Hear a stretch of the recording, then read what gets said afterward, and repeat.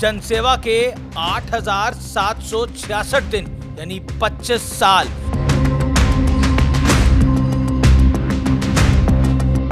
गुजरात में सबसे लंबे वक्त तक सीएम रहे, तीसरे सबसे लंबे वक्त तक देश के प्रधानमंत्री, लगातार तीसरी बार भारत के प्रधानमंत्री बने।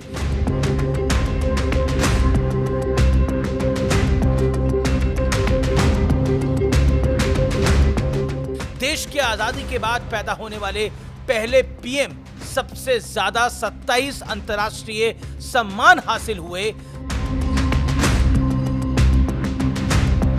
The man, the myth, the legend Narendra Damodar Das Modi, वो नाम है जो बीते 24 सालों से देश सेवा के इस व्रत को अनवरत रूप से निभा रहे हैं।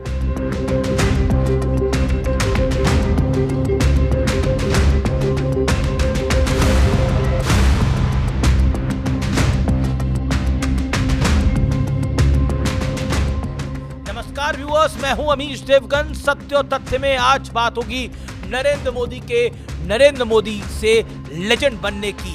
ये तब की बात है जब संघ प्रचारक मोदी देश की गलियां पैदल नाप चुके थे, यानी भारत की आत्मा को मोदी ने बेहद करीब से महसूस कर लिया था। इसके बाद वो बीजेपी के संगठन महामंत्री बनाए गए और 24 साल पहले यानी 7 अक्टूबर 2001 को स्वर्गीय अटल बिहारी वाजपेयी और लाल कृष्ण आडवाणी ने उन्हें केशुभाई पटेल की जगह गुजरात की कुर्सी सौंप दी।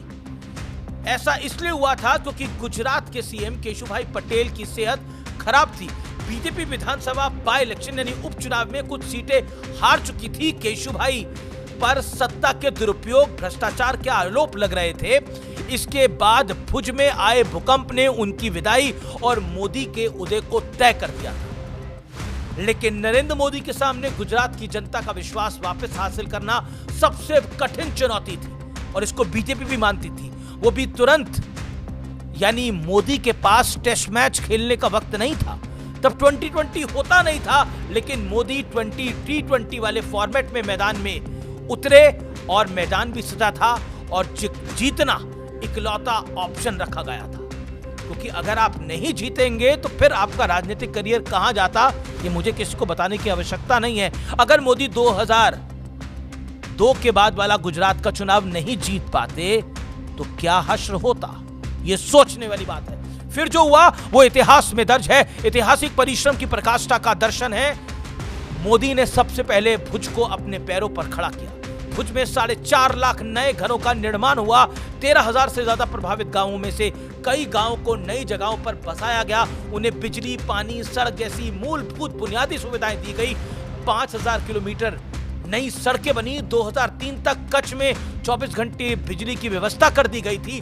3,000 नए स्कूल, 1200 स्वास्थ्य केंद्र बनवाए गए। नरेंद्र मोदी ने जिस तरह से भुज को और पूरे कच्छ क्षेत्र को के जख्मों को सहलाया, उसने उन्हें पीपल्स लीडर के तौर पर स्थापित कर दिया। लोगों को नरेंद्र मोदी में एक रिजल्ट ओरिएंटेड नेता नजर आने लगा और पार्टी को अपना भविष्य। गुजरात में तो मोदी यही नहीं रुके, यही नहीं थमे। उन्होंने तमाम विरोध के बावजूद, एजेंडो और प्रोपेगेंडो के बावजूद कच्छ तक नर्मदा का पानी पहुंचाकर ही दम लिया। गुजरात देश का पहला राज्य था जहां 2003 में स्टेट लेवल के डिजास्टर मैनेजमेंट अथॉरिटी बना दी गई थी। इसके अलावा वाइब्रेंट गुजरात ने इन्वेस्टर्स को अट्रैक्ट करने का एक नया फॉर्मूला पूरे देश को दिया, एक नया फॉर्मेट दिया। साथ ही गुजरात मॉडल को नेशनल लेवल पर एस्टैब्लिश कर दिया। 2002 में जनता ने मोदी को टेक्निकली पहली बार अपना सीएम चुना।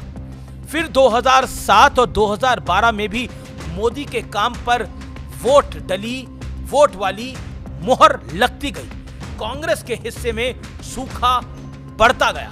2014 का लोकसभा चुनाव करीब था। दिल्ली में यूपीए की सरकार पर एक के बाद एक घोटालों के आरोप लग रहे थे। मनमोहन सिंह पर 10 जनपद के से रिमोट के जरिए काम करने का आरोप लगते थे। किताब रिलीज हो चुकी थी जो उन्हीं के सहयोगी ने रिलीज करी थी, यानी डॉक्टर मनमोहन सिंह के सहयोगी ने। दिल्ली में गुजरात मॉडल की डिमांड बढ़ने लगी।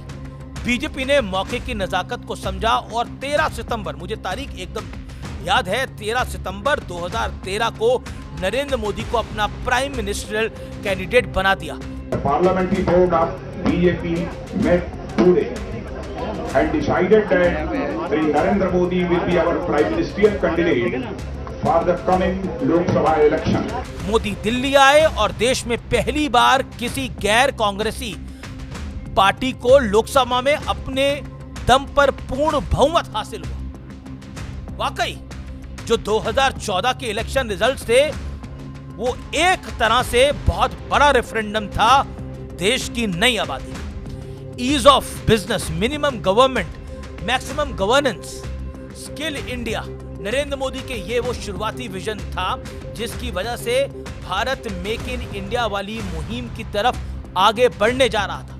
इसके बाद स्टार्टअप इंडिया जैसे कॉन्सेप्ट ने देश में युवा एंटरप्रेन्योर्स को की लाइन लगा दी। आज जो हम स्टार्टअप्स को बड़े फलते फूलते हुए देख रहे हैं और अपना सीना चौड़ा करते हैं, ये नरेंद्र मोदी के 2014 के विजन का नतीजा है।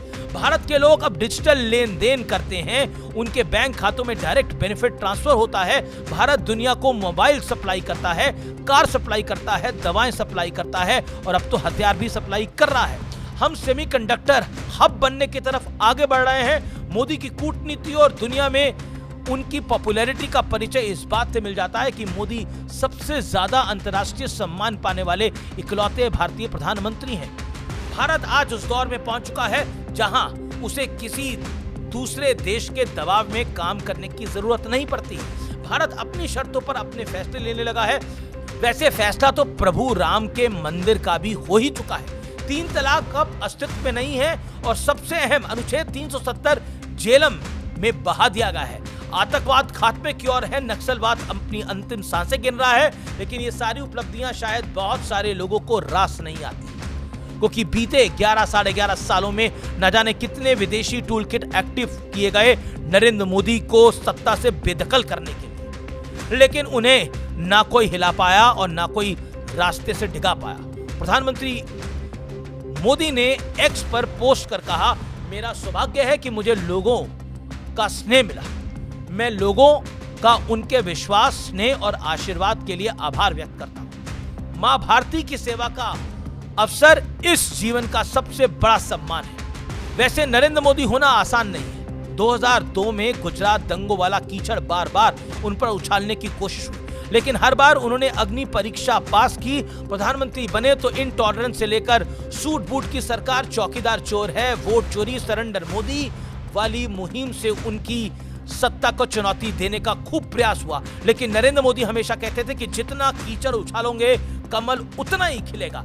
यही वजह है कि मोदी के विरोधी उन्हें जितनी गालियां देते हैं, देश की जनता उन्हें उतना ही प्यार बढ़ा देती है। जैसे जैसे गालियों का ताप बढ़ता है, जनता के प्यार का ताप बढ़ता है और इसकी भाप से विपक्ष सो नहीं पाता है, चुनाव जीत नहीं पाता है। खास तौर पर देश की आधी आबादी यानी इस देश की महिलाएं का मोदी पर अटूट भरोसा साफ साफ दिखता है। और मैं बिल्कुल फैक्ट्स के साथ बोल रहा हूं। नरेंद्र मोदी जनसेवा में 24 साल पूरे कर चुके हैं। सियासत में बेदाग रहते हुए 2.5 दशक तक शासन करना आसान काम नहीं, लेकिन मोदी इस असंभव काम को संभव करते जा रहे हैं और लगातार करते जा रहे हैं। नरेंद्र मोदी सिर्फ एक सामान्य नेता नहीं, आप इनको मानेंगे। नरेंद्र मोदी इस देश के प्रधानमंत्री हैं, पहले गुजरात के मुख्यमंत्री रहे। सोचिए नरेंद्र मोदी को कब कब कहां कहां कैसे कैसे रोकने का प्रयास हुआ। नरेंद्र मोदी के जीवन से एक बात सीखनी चाहिए, कठिनाई कितनी भी बड़ी हो और कठिनाई कितनी भी कड़ी हो, आपकी कड़ी और बड़ी मेहनत आपको कहीं भी पहुंचा सकती है और बड़े बड़े दरवाजे खुल जाते हैं अगर आपने मन में विश्वास किया है और आप उस विश्वास को साधना में तब्दील कर सकते हैं, तो बड़े बड़े दरवाजे खुल जाते हैं। तो नरेंद्र मोदी ने सिर्फ अपने लिए दरवाजे नहीं खोले हैं, जनता ने भी उनके का साथ दिया है भरपूर। नहीं तो क्या क्या आरोप नरेंद्र मोदी पर नहीं लगाए गए। मैंने जैसा आपको पहले बताया, कीचड़ बहुत उछाला, लेकिन नरेंद्र मोदी का ना कुछ बिगाड़ पाए, ना नरेंद्र मोदी को डिगा पाए।